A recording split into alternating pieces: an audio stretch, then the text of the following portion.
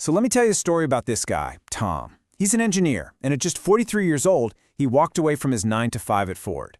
Now, you're probably thinking, okay, did he win the lottery, get a huge inheritance? Nope, not even close. He built a $1 million portfolio starting from absolute zero, just through smart saving and even smarter investing. His journey wasn't about one lucky break, it was about a repeatable process. So let's dive in and break down exactly how he did it. 14 years. If you remember one number from this story, make it this one, because that's how much Tom bought back. See, if he just stuck with his engineering paycheck, he'd have hit his goal around age 57. But by investing, he got there at 43. He literally earned himself 14 extra years of freedom. So the big question is, how do you jump from that column on the left to the one on the right? Tom's journey really breaks down into 3 distinct stages. We're going to walk through every single one, looking at what he focused on, what he learned to avoid, and how his strategy had to change as his money started to grow. Okay, let's start at the beginning. Picture this. Tom's fresh out of college, lands a great gig at General Motors, but pretty quickly that new job excitement starts to fade. He looks at his supervisor, James, a guy who'd been there forever, got the golden watch and everything, but he just seemed stuck, trapped almost, doing the same thing in the same place he was in his 20s. Tom started seeing this pattern everywhere. At lunch, James wouldn't talk about cars, he'd talk about wild boar hunting. Tom's own dad, he'd love to go hiking, but could only get out maybe once a month. It hit him then. Their jobs, their paychecks, were costing them the most valuable thing they had, time. The time to actually live. So this realization kind of lit a fire under him, and his new path started with, well, a literal stumble. He was at the library picking up a book for his mom when he tripped and sent a pile of books flying. And one of them was The Richest Man in Babylon.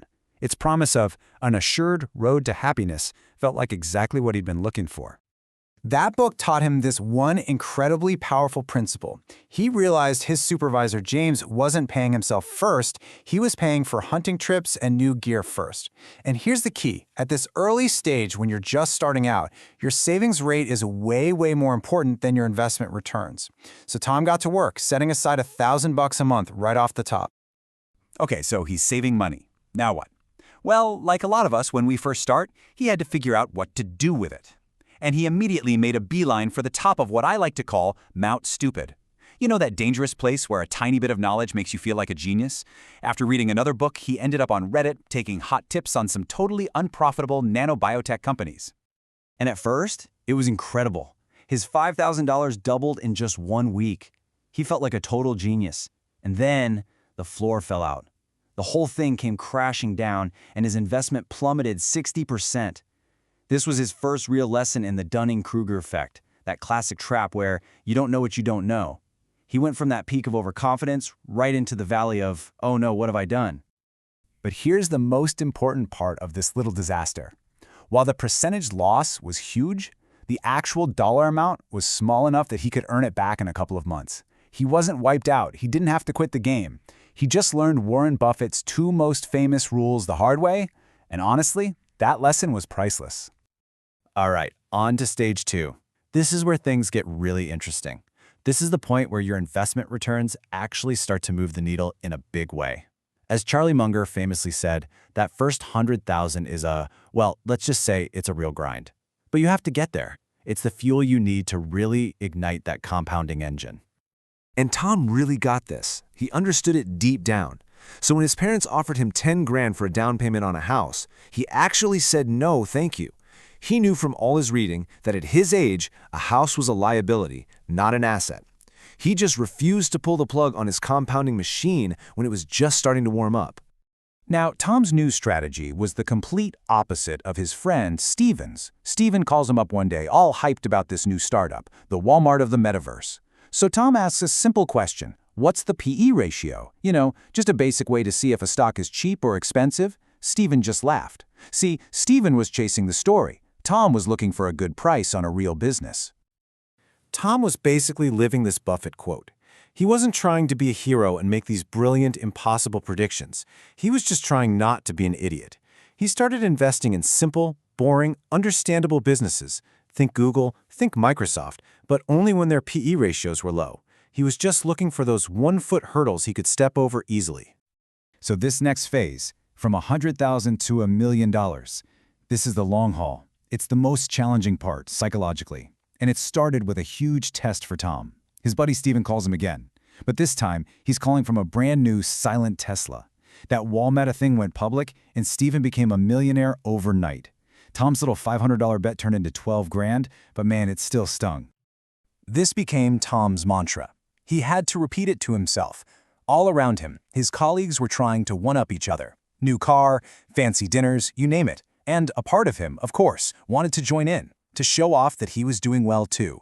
But he kept reminding himself, real wealth isn't the flashy car you see. It's the assets you don't see, still working for you, quietly compounding in your account. And then, disaster. Right before his 31st birthday, the market completely tanks. The S&P 500 drops by more than 50%. His portfolio got hammered, falling all the way back below that $100,000 mark he had fought so hard to reach. He was, technically, right back in stage 2. But here's the thing, Tom didn't freak out. He was ready for this. He remembered this amazing quote from Benjamin Graham, the father of value investing, and he saw the crash for what it really was. Not a catastrophe, but a massive sale. It was like the entire grocery store was 50% off. So what did he do? He bought aggressively. And in the 2 years that followed, his returns were 30% and then 45%. This timeline really paints the picture, doesn't it? It's not a straight line up, it's a zigzag. He hits that first big milestone at 29 just to get knocked right back down at 31. But then look, by 33, his investments are making more money than his actual job. A strategic job switch at 35 gives his savings another boost, and then finally at 43, he crosses that finish line. And here we are, the payoff. Before he even turned 44, Tom hit his $1 million goal and handed in his notice. He was free. He knew, with confidence, that the returns from his portfolio could now cover his family's entire life. He had finally achieved financial freedom. So let's break down that $1 million. 45% of it came from his own savings, the money he worked for. But a whopping 55% came from the market, from returns. That is the power of compounding. That's what it looks like when your money starts working for you, so you don't have to work for it anymore. But the $1 million? That wasn't the real prize. The real reward was owning his time. It was the freedom to pick up his camera again, to pursue that forgotten passion for photography. It was going on hikes whenever he felt like it and coaching his daughter's tennis team. It was finally, doing what he wanted to do, not what he had to do. You know, Tom actually decided to call Steven to share the good news. But that call, it didn't go how he expected. Turns out, after Walmeta, Steven tried to catch lightning in a bottle again. He bet everything on the Starbucks of the metaverse. It went to zero. He lost it all and had to go back to his old job, retirement completely off the table. The difference is just so stark, right? A repeatable process versus a 1 in a million lucky bet. And that's really the point of this whole story. Tom wasn't some kind of investing genius. He didn't have a secret formula. He didn't even get particularly lucky. He was just a normal guy who stuck to a disciplined, patient, repeatable process for nearly 2 decades. I mean, think about it. If an ordinary guy like Tom can do this, can become financially free by his early 40s, it kind of suggests that it's possible for a lot of us, right? His story is proof that process beats prediction and patience beats panic every single time. So that just leaves one question. What will your story be?